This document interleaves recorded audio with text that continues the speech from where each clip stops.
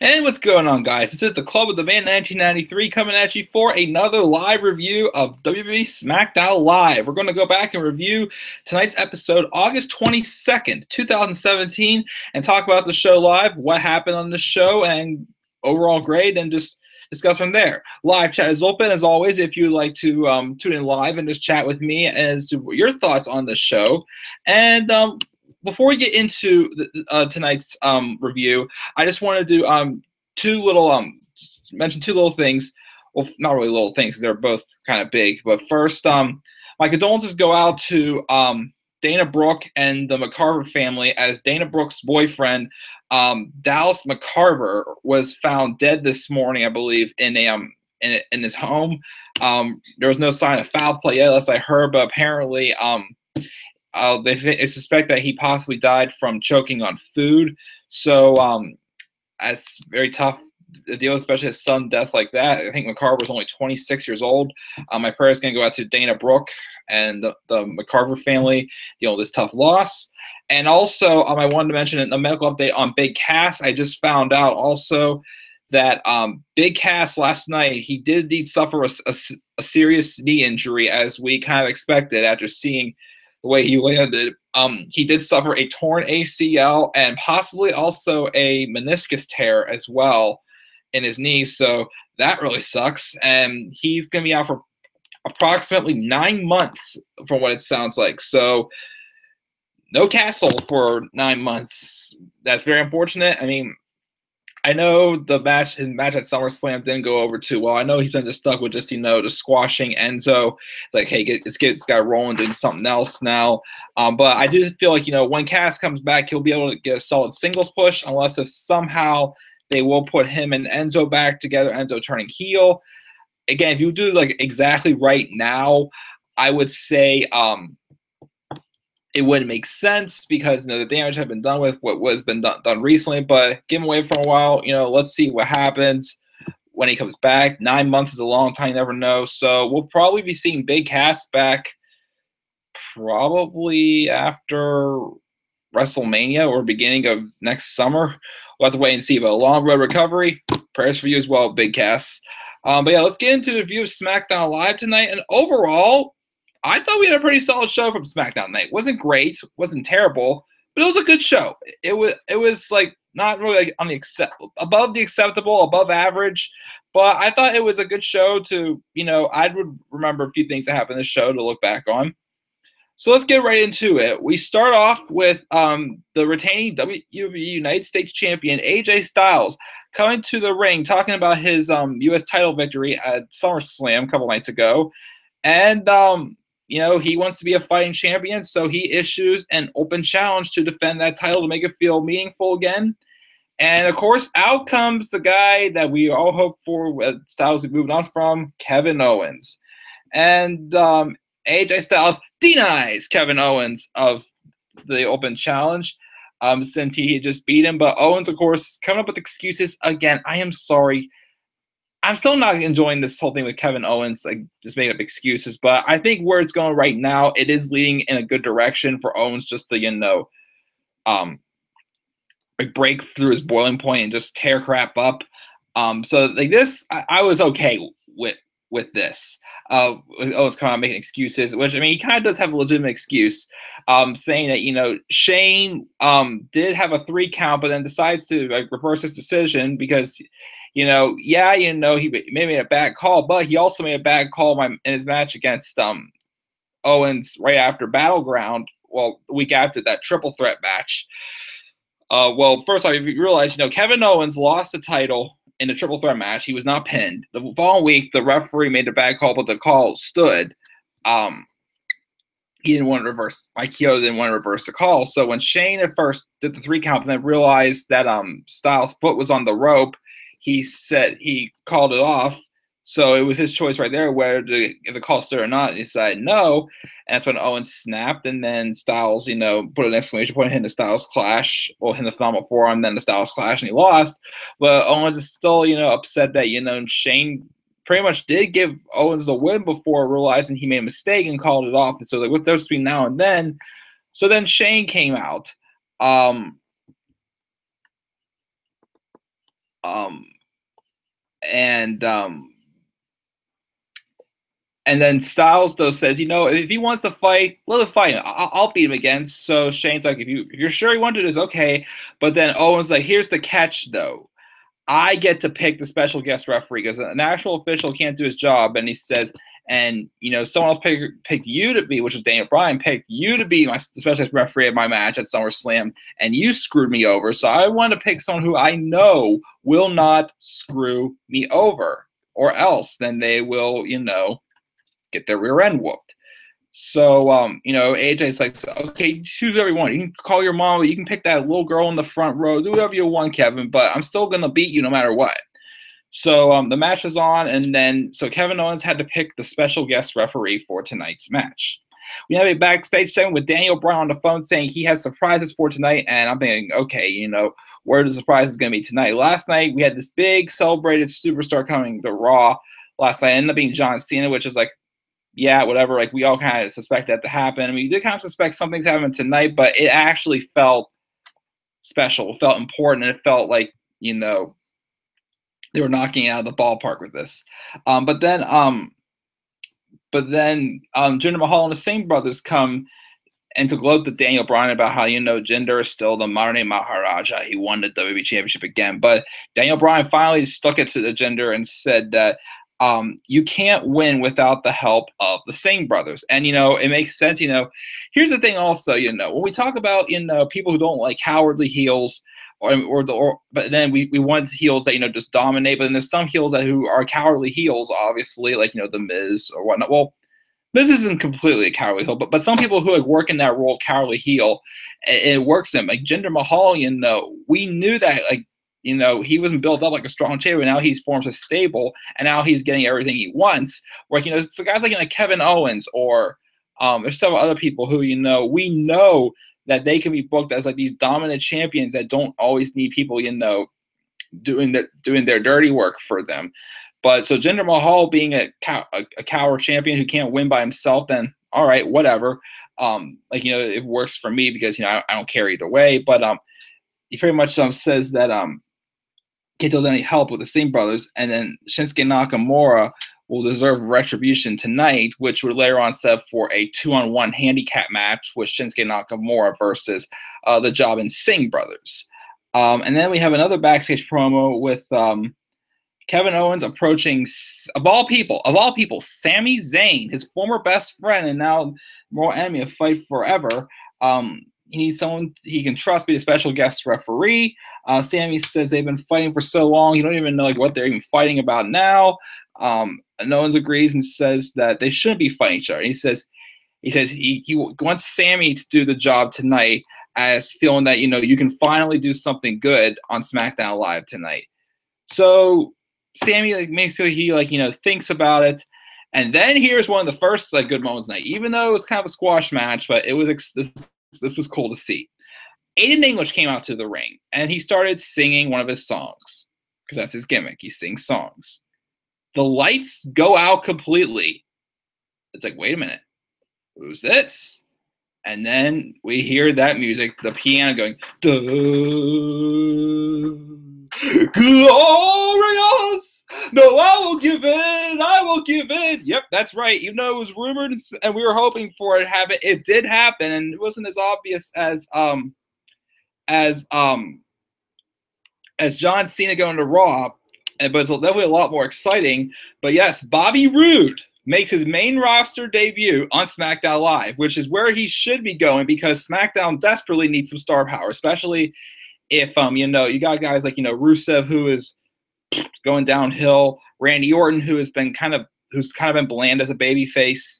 We got AJ Styles as the US champion. You got Shinsuke Nakamura as Nakamura's all right, but they're still trying to get him up on his level on the main roster, in my opinion. Doing good though, but they're still he's still seizing out on the main roster. So it's like they need some more star power.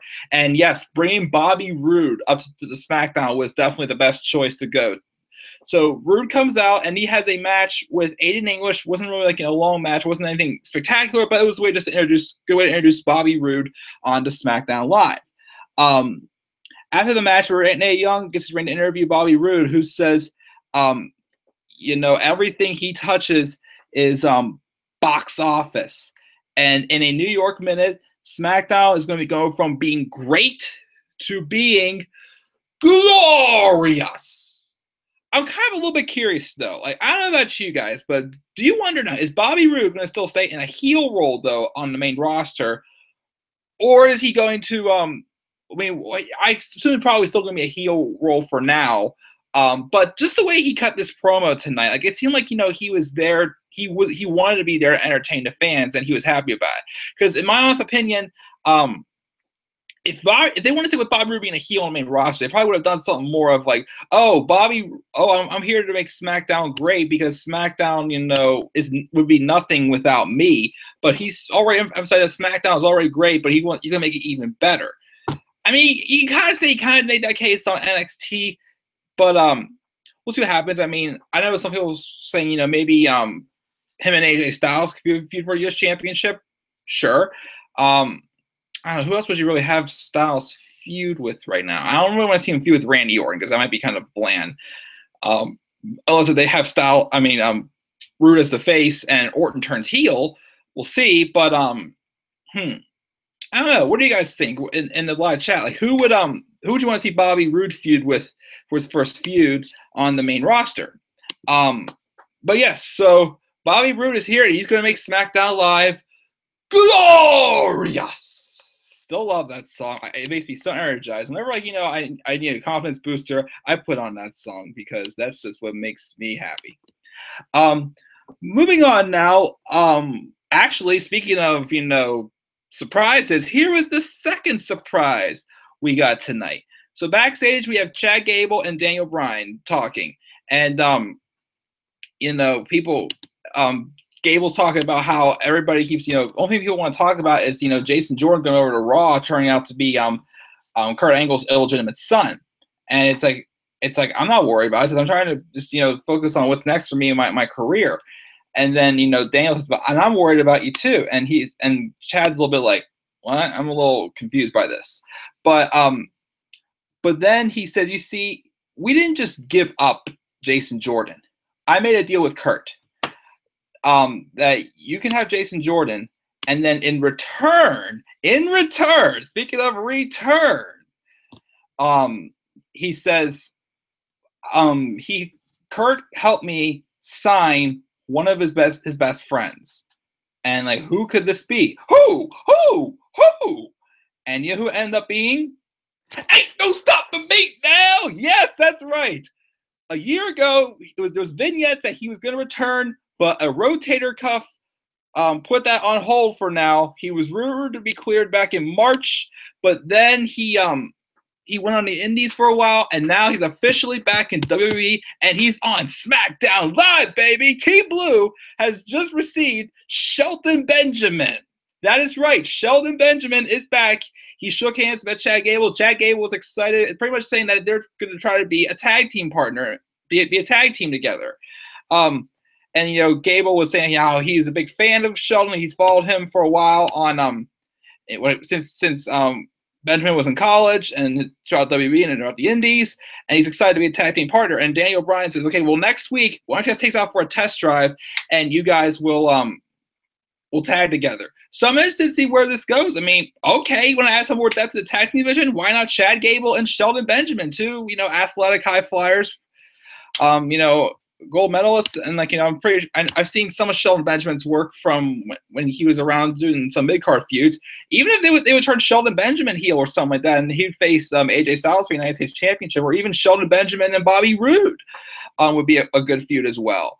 But for now, it's like him and Chad Gable are going to be teaming up. I don't know if it's going to lead to like a long-term teaming up between these two, or if like Shelton Benjamin will eventually turn heel on Chad Gable, and him and Chad Gable have a feud down the line. Who knows? Because I don't want to see Chad Gable turn heel. I feel like he needs to stay babyface, because right now, Jason Jordan on Raw probably going to be turning heel down the line. I feel like, his match with Finn Balor is starting to, build it up somewhere a little bit. So as I said, Jason last night on my Raw review, Jason Jordan, this boy can wrestle, but he just needs a character. And him not live up to the hype of not Jason Jordan, Kurt Angle's illegitimate son, did not quite hit it off for everybody else. So I feel like he turns heel. Chad will go to Raw probably sometime next year, and then they'll have their feud there, possibly. So we'll see what happens. Again, if they would split this team up between Chad Gable and Shelton Benjamin, I'd say turn Shelton Benjamin heel, and we'll go from there. But yes, I'm excited to see Shelton Benjamin returning. Again, I haven't seen too much of his work yet, but I look forward to seeing Shelton Benjamin on SmackDown Live. We then have Kevin Owens going to hand a referee shirt to Sami Zayn, but then Sami says after thought about it, he says he doesn't want to do it. So that leaves Owens now without a referee still for his match, so he still is going searching. We didn't have like a solid tag match between the Usos and the Hype Brothers. Again, solid match. It was interesting that the Hype Brothers were on the same page, knowing that about a month or so ago, in the Independence, actually it was probably about almost 2 months ago, because I think it was the Independence Day Battle Royal. We started some tension between the Hype Brothers as Mojo Rawley did eliminate Zack Ryder from the Battle Royal, and knowing that he just I was saying now. Oh yeah, knowing that he just did that, eliminating his own partner, and with this whole thing with tag teams constantly splitting up, I didn't really want to see another team split up unless they had another team formed, because there was too many tag teams splitting up at the time. But it seems they're back on the same page, and I know a lot of people aren't big fans of the Hype Brothers. I'm still not like that big of a fan of them either, but I still do personally think that they've always been that team where they have some momentum, but they're still not quite there yet to be like on top of the tag team division. And I just got a weird alert about something with Enzo Amore on 205 Live. Let me see if I can pull this up real quick. I didn't watch 205 Live.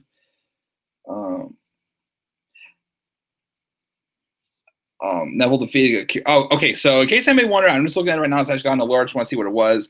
On 205 Live, after the match, Neville grabs a microphone and gloats about how he's still the champion. Out comes Enzo Amore to interrupt. Yay! Enzo Amore is on 205 Live now. Who cares? I don't really care at all about 205 Live, and I don't think Enzo would really fit in with the cruiserweight division. So whatever. Anyways, let's get back to SmackDown Live.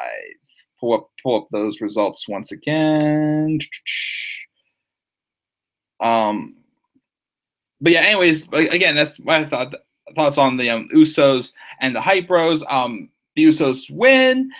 They cut another good promo just gloating about how they defeated the New Day.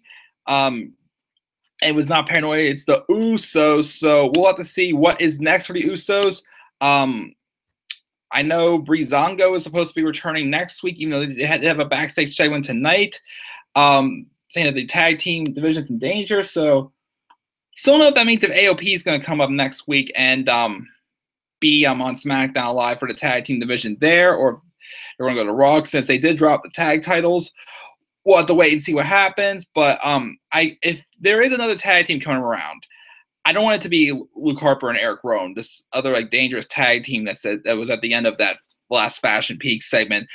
Mainly because, again, if they bring back Harper and Rowan, I wouldn't be able to take it seriously, because how many times is this team going to split up and get back together again? It's getting a little old for me, so I really wouldn't want to see it happen. But if it's AOP, sure, why not? AOP debuting on SmackDown Live or Raw, both of them could use in our tag team division. Well, maybe more so Raw tonight after hearing about if this team of Chad Gable and Jason Jordan works out. I mean, Raw does have Ambrose and Rollins now back together, so I guess either one would work out for them. So it's a win-win for either side. We then have Shinsuke Nakamura and the Singh brothers. Nakamura defeating both of the Singh brothers, but he defeated them with a submission. I forgot what exactly it was he did. They called it for a submission. And afterwards, Jinder Mahal attacks Nakamura, but Nakamura fights back and lays out the champion. So it looks like we're going to get this feud continuing at the next pay-per-view, which I believe SmackDown's not going to have a pay-per-view in September. Instead, we're going to SmackDown's not having another pay-per-view until Hell in a Cell, the first Sunday in October, or is it the second Sunday? It's the second Sunday, that's right, because I'm gonna be out of town for a gig that the day of Hell in a Cell, so I'm probably gonna have to miss Hell in a Cell live. So because I did hear rumors for a while. There was a rumored SmackDown pay-per-view for September. And I was not hearing any indication of what it was going to be. But then the other day, I read something from like months ago saying it was going to be Over the Limit in Seattle. But now it looks like it's going to happen. It looks like we're going to go straight to Hell in a Cell. But if that is the case, I do not want Shinsuke Nakamura and Jinder Mahal to be a Hell in a Cell match. I understand, they're probably going to want to do the thing of keeping the Singh brothers from helping Jinder Mahal as they always do. But this feud doesn't feel like it's Hell in a Cell worthy. A steel cage match maybe, but just Hell in a Cell. But it's probably going to happen anyway. So don't be surprised, even though I don't want to see Jinder Mahal and Shinsuke Nakamura inside a Hell in a Cell match because this is not living up to that hype. Now, if they want to do Kevin Owens and Shane McMahon though inside Hell in a Cell, okay, because that's going to be a feud with guys that just want to tear each other apart. You feel like Kevin Owens wants to bring hell to Shane McMahon. So if they did that match at Hell in a Cell, okay, there we go. But yeah, I wouldn't want to see that. And then we had a backstage segment with the Fashion Police, which again, this is what confuses me if the Fashion Police were going to be returning in 2 weeks because they said that last week they were returning in 2 weeks. So maybe again we'll find out next week what is going on with this other tag team or whatnot that's mysterious. But the Fashion Police stopped Kevin Owens and they volunteered to be referees, but then Owens turns them down. Then he bumps into the recently buried Baron Corbin, who says he'll do it as long as he gets the first title shot when Kevin Owens wins the belt. So maybe kind of interesting, but I'll talk a little bit more about this when we get to the end of this review. And then we have a promo as Natalya comes out for her tag match. She teams up with Miss Money in the Bank Carmella against Becky Lynch and Naomi. Natalya comes and gloats about her title win, saying she is the best there was, the best there is, the best there will be, and she'll be SmackDown Women's Champion for a long time because she's actually making that title feel legit again. Because he's picking on Naomi for, bringing that whole glow gimmick onto the belt, which I thought was cool. It was different. But she says now it's not glow time anymore. It's my time. And then out comes her tag partner, Carmella, who pretty much saying, I'm still here. I can cash in whenever I want. And, James Ellsworth being just his delusional self as usual. And then we have a match with those two against Naomi and Becky. I found it interesting that, Carmella was trying to play mind games, thinking, "Oh, maybe I'll wait for the right time, but this time could be tonight. Maybe I'll let you just get beat up by Naomi and Natalya. Naomi and Becky. That way, maybe if you're too beat down afterwards, then maybe I can cash in my money into my contract on you." So the match happens, and then Carmella will start off first, but then she tags Natty in, and then she backed herself out. I know one time when Natty wanted to tag Carmella into the match, but then Carmella, just praise her, like, no, you keep doing the thing, you're doing good. And then Carmella goes onto the apron, starts gloating about having her briefcase. So Natty goes over and just tags her in and gets her in, and she doesn't let Carmella come out, and Carmella loses. So pretty much this was the first of a couple plans tonight that pretty much backfired on people, and Carmella's plan backfired tonight. So Natalya got one up on her, so we'll see when Carmella tries to get one up on Natalya and cash her money to make briefcase she does against them, or if she does it against Naomi at Hell in a Cell, if Natalya and Naomi have another match then, or before then. So we'll have to wait to see what happens. We have a long time, 7 weeks until Hell in a Cell, so we'll see what happens. But overall, decent match, was what it was, nothing too special, but it was interesting with the mind games with Natalya and Carmella. We then had this interesting interview. Dasha Fuentes welcoming back Dolph Ziggler. Dolph Ziggler has been gone for a few weeks. I haven't seen him on SmackDown Live for a while. I'm trying to think, when was the last time we did see him on SmackDown Live? That's a good question. I actually cannot remember. I didn't realize how long it had been. But because there have been rumors, I had heard some rumors that Dolph Ziggler could be repackaged, which it kind of looked like tonight that he is going to be repackaged, but in the rumors, he did come out and say, that's not happening. a lot of people thought maybe he's getting ready to leave WWE, but he's like, I just need a little break. He's like, I'm still enjoying the live events and such, and just enjoying what I'm doing. So he's still sticking around. He has been probably doing a lot of charity work outside WWE, which is good. I'm glad he's out there helping people. But Dolph pretty much says, thank you for welcoming back, Dasha, backstage. I thought I could have had a little bit of a better return than this. But he pretty much goes on to say, while I was on my little break, I was watching Raw. And yes, Mark Johnson, I'm wondering that too. Does this mean Bobby Roode is a babyface? Like the way he cut that promo earlier, it did kind of confuse me as well. But we'll see what happens. I'm sure he's still going to be a heel character. He has some unfinished business down on NXT. Probably want to get his rematch for the NXT Championship. But anyways, getting back to Dolph Ziggler. Actually, Bobby Roode versus a heel Dolph Ziggler will be a decent feud, whatnot. But anyways, Dolph pretty much saying, I see what I need to do. I can sing. I can play guitar. I can dance like an idiot. I can come out with a woman and make it glow with all these lights and such. And he says, and that's exactly what I'm going to do next week. So we'll see what happens. I mean, I know a lot of people at this point, including myself, are kind of like, they've done all they can with Dolph, and he just continues to lose. But, keep in mind this. He had one of the best feuds of the year last year. Him and The Miz had a really great feud. And even though his Intercontinental title reign didn't last too long, he still put on some great matches, and he still did a great job entertaining people. So, I mean, I don't want to completely count out. I'm interested to see. I mean, I know him turning heel this year I thought was a good idea, but then it kind of felt like he was just the same guy, except just symbolizing more so of what people would really do feel about him. They don't care. But I wonder if he really is going to try to take it to a different level and be repackaged of sorts.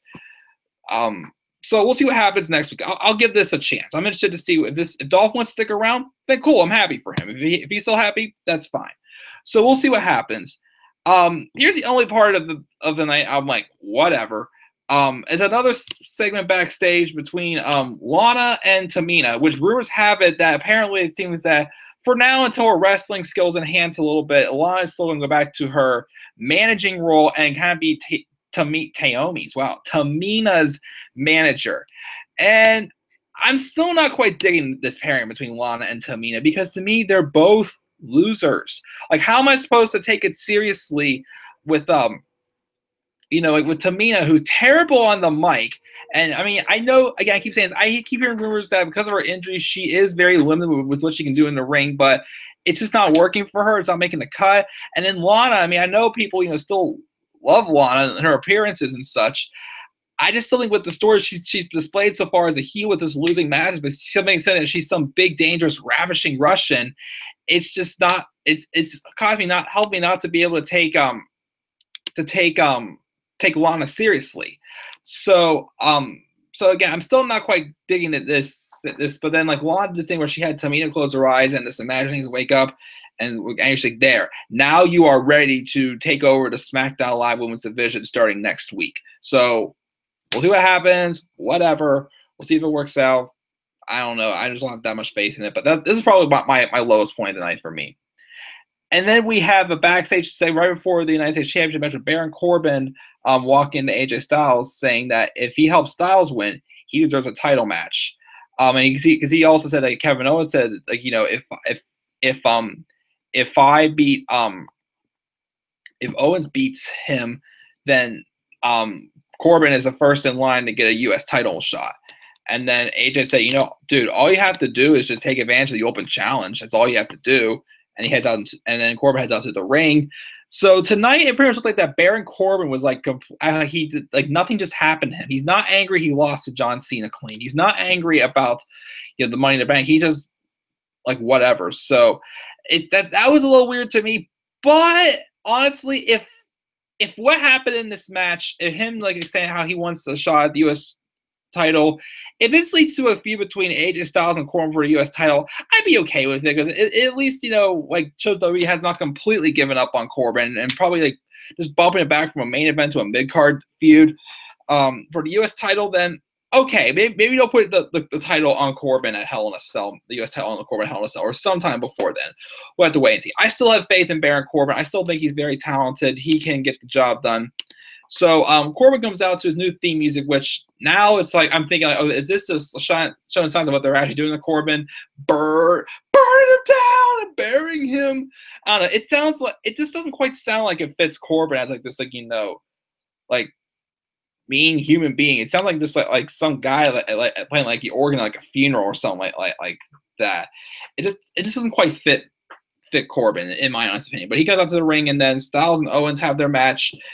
It felt a little bit more of a segment, but it was still good for what it was. It wasn't like spectacular. Their match at SummerSlam, I think, was definitely their best match, but this match just did what it had to do, pretty much just wrap up the feud and have this plans backfire on Kevin Owens, as he pretty much was. Corbin was calling this match down the middle for the most part, but then Owens tried taking advantage and pretty much making sure that Corbin did his job, and pretty much like helping Owens win the United States Championship. And he pushed Styles into Corbin, which it started whenever the tension started to rise in this match. This match took the turn its climax whenever Owens put his finger, just like barely, tried to snatch at the rope, and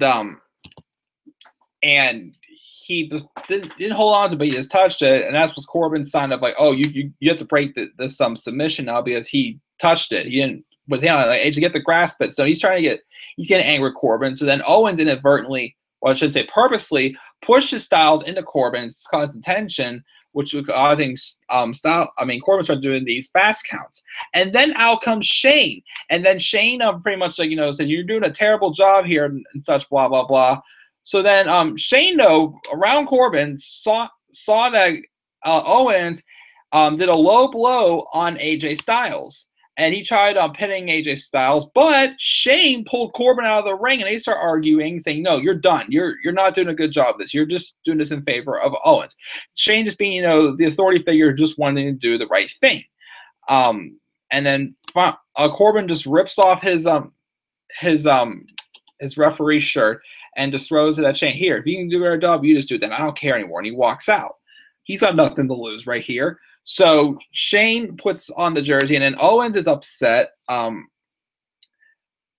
Johnson says, if I was Shane McMahon, I would have security surrounding me because Owens can't be had with him. Oh, definitely not at all, especially how this match ended.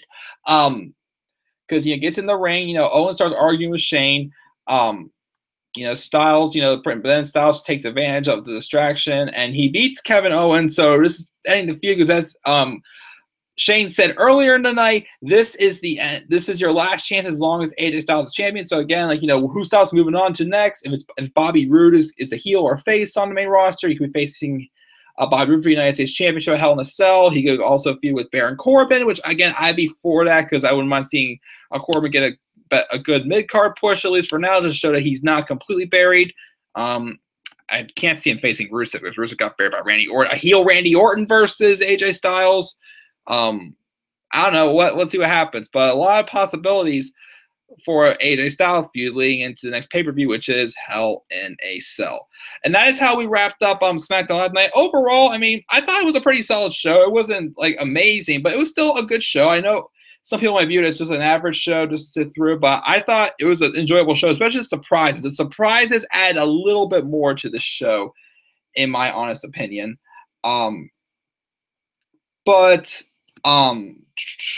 Let's see. Before we go off the air, I will check out my polls and I'll give my final grade for SmackDown Live as well. For what grade would you give SmackDown Live on Twitter? I had 11 votes. 55% said A. All right. 27% said B. 18% said C, and nobody said D. For what shows you enjoy more this week, Raw or SmackDown Live? 9 votes. They're all for SmackDown Live. So let me see here. SmackDown, it was good. It wasn't anything too special, but I think the returns of Shelton Benjamin and Bobby Roode's debut did add a little bit more to this show. If it wasn't for those, I would probably give this show maybe a B-, but with those returns making it a little bit special, I'm giving it a solid B. And for which show I preferred, both shows I gave this week, I gave a B. I would say probably I would give SmackDown Live the edge this week only because of the surprises.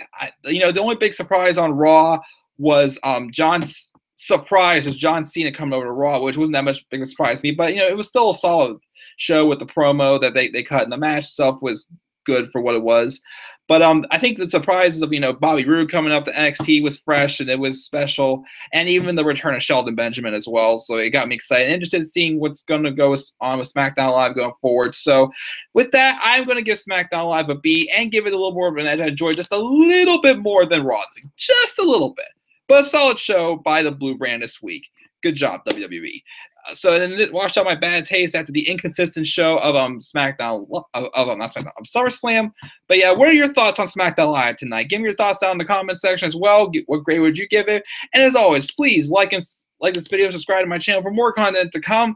Be sure to follow me on Twitter at TheManAirboy93. Tomorrow, since NXT is most likely going to be just a recap show, we'll see what happens. I'm not sure if I'll do a review for NXT tomorrow night or not. Depends on if the show is worth reviewing or not. I may do something else in place, but we'll see what happens. But yeah, that's it, guys. Again, stay tuned, more content to come. If you didn't get to check out my Raw review or SummerSlam review, check those out as well.